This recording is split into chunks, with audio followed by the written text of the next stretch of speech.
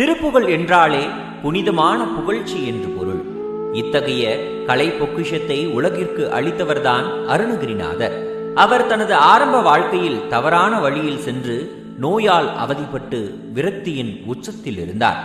ஒரு கட்டத்தில் திருவண்ணாமலை கோயில் கோபுரத்தில் இருந்து குதித்து தற்கொலை செய்து கொள்ள முயன்றார். அவர் குதித்த போது நான் இருக்கிறேன் என்ற ஒரு தெய்வீக குரல் கேட்டு ஒரு சக்தி அவரை தாங்கியதாம். முருகப் பெருமானே நேரில் தோன்றி அவருக்கு முத்து போல முக்தி வித்தாகிய என்ற முதல் அடியை கொடுத்து பாடல்களை ஏற்றச் சொன்னார். இவரது பக்திக்கு சவால் விடுக்கும் விதமாக சம்பந்தாண்டான் என்ற ஒரு போட்டியாளர் முருகனை நேரில் வரவழைக்குமாறு சவால் விடுத்தார்.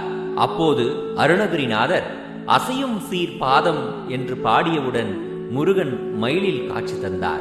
இதுவே திருப்புகழின் அதீத சக்தியாகும். அவ்வளவு பாவம் செய்த ஒருவருக்கே முருகன் வழிகாட்டினார் என்றால் மனம் திருந்தி உண்மையான பக்தியுடன் வேண்டினால் நம்மையும் அவர் காப்பார் என்பதே திண்ணம். மன தூய்மையோடு திருப்புகழை பாடினால் அதுவே நமக்கு முக்திக்கான வழியை காட்டும். கருணை கடலே கந்தா போற்றி. வாழ்க வளமுடன்.